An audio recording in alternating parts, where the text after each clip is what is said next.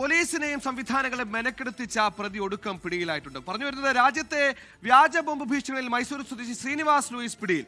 മൈസൂരിൽ നിന്ന് അറസ്റ്റ് ചെയ്ത ഇയാളെ ഡൽഹിയിലേക്ക് കൊണ്ടുവരികയാണ്. കഴിഞ്ഞ ആഴ്ചകളിൽ 1100-ലധികം, 1, 2, 3 അല്ല 1100-ലധികം ബോംബ് ഭീഷണി സന്ദേശങ്ങളാണ് ഇയാൾ അയച്ചത്.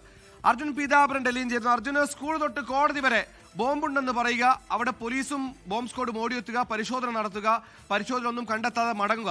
ഇതിലൊക്കെ ഒരു ആനന്ദം കൊള്ളുന്നതാണോ പ്രതിയുടെ രീതി? ഈ ആനന്ദമാണോ, ഈ ഒരു ഊർജ്ജമാണോ, പോലീസുകാരൊക്കെ മെനക്കെടുന്നത് കാണുമ്പോൾ ഉണ്ടാകുന്ന ഒരു സൗന്ദര്യമാണോ ഇയാൾ ഇത്തരത്തിൽ തുടർച്ചയായി വ്യാജ ബോംബ് ഭീഷണികൾ ഉയർത്താൻ ഇടയാക്കുന്നത്? 1100 ഒരു ചെറിയ സംഖ്യയല്ല. എന്താണ് വിവരങ്ങൾ?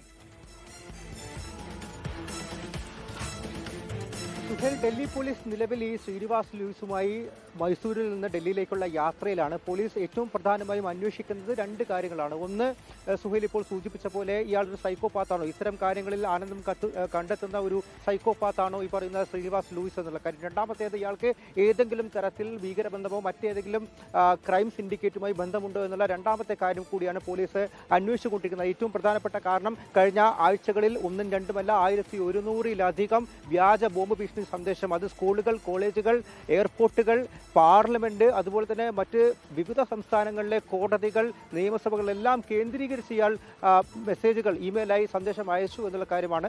ഏറ്റവും പ്രധാനപ്പെട്ട മറ്റൊരു കാര്യം, ഇയാൾക്കെതിരെ ഡൽഹിയിൽ മാത്രമല്ല വിവിധ സംസ്ഥാനങ്ങളിൽ വിവിധ FIRകൾ രജിസ്റ്റർ ചെയ്തിട്ടുണ്ട്. അതുകൊണ്ട് ഒരു പക്ഷേ ഡൽഹി പോലീസ് മാത്രമായിരിക്കില്ല, ഒരുപക്ഷെ മറ്റ് സംസ്ഥാനങ്ങളിലെ പോലീസുകളും അതുപോലെ തന്നെ കേന്ദ്ര അന്വേഷണ ഏജൻസികളും ഇയാളെ ഡൽഹിയിൽ വന്ന് ചോദ്യം ചെയ്യാനുള്ള എല്ലാ സാധ്യതയുമാണ് ഇപ്പോൾ കാണുന്നത്.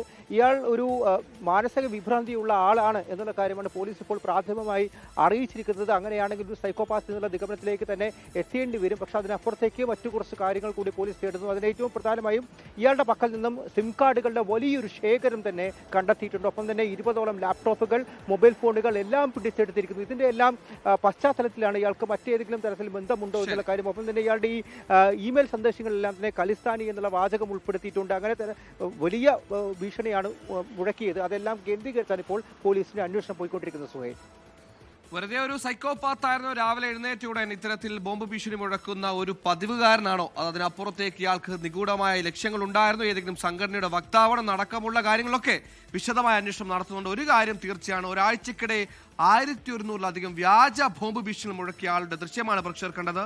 ഇയാളെ ഉടൻ തന്നെ ഡൽഹിയിലെത്തി.